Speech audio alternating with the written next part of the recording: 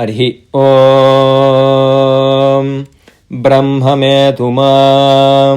मधुमेतु मां ब्रह्ममेव मधुमेतु मां यास्ते सोम प्रजावत्सोऽभिसो अहं दुष्स्वप्नहन्तुरुष्वः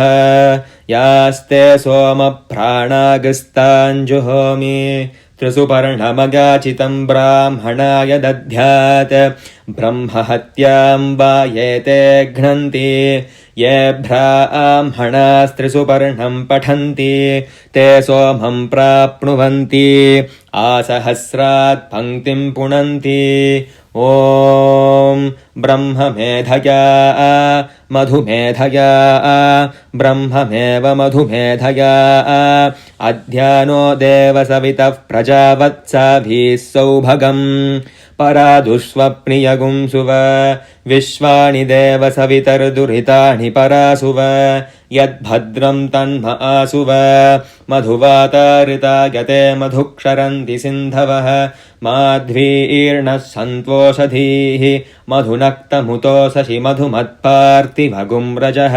मधुद्यौरस्तु नः पिता मधुमान्नो वनस्पतिर्मधुमागुम् अस्तु सूर्यः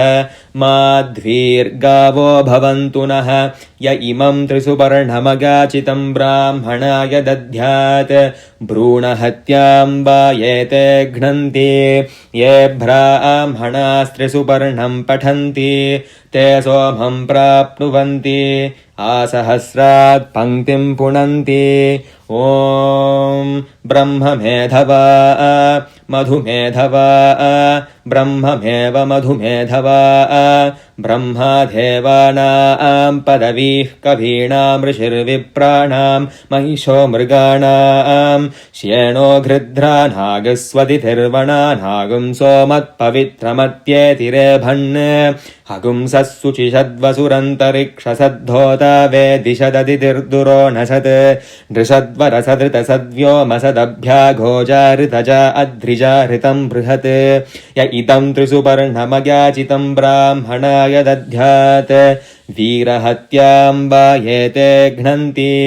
ये ब्राह्मणास्त्रिसुपर्णं पठन्ति ते सोमं प्राप्नुवन्ति आसहस्रात् पङ्क्तिं पुनन्ति ॐ शान्तिः शान्तिः शान्तिः हरिः ॐ